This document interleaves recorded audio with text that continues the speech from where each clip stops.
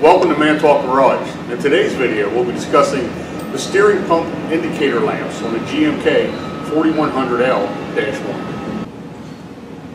The GMK4100L-1 has three steering circuits. We named these circuits Steering Circuit 1, Steering Circuit 2, and Steering Circuit 3. Multiple pumps are used on the carrier to supply these steering circuits, along with indicator lamps inside the cab to warn the driver if there is a problem with one of the steering circuits. Each steering circuit has its own indicator lamp and is associated with one of the steering pumps on the carrier. So in this case, we can warn the driver if we have a failure of one of those steering circuits. The steering pumps have indicator lamps, which are controlled by switches on each pump to indicate when the pumps have flow. These indicator lamps are on the front instrument cluster.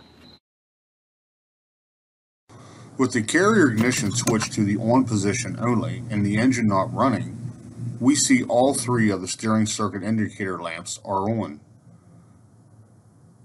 This indicator is for steer circuit 1, this indicator for steer circuit 2, and this indicator is for steer circuit 3.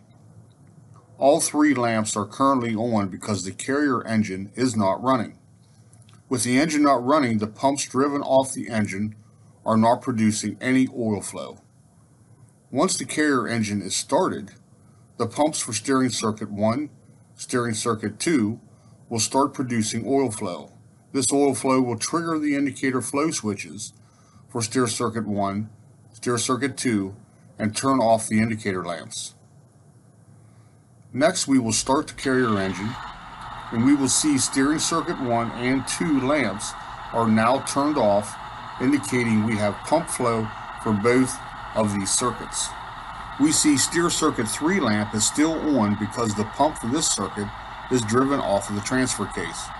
This pump will only produce oil flow when the carrier begins to move. Next, we will release the park brake, shift the transmission into gear, and begin moving. You now will see steer circuit 3 lamp goes off and then will come back on when we stop.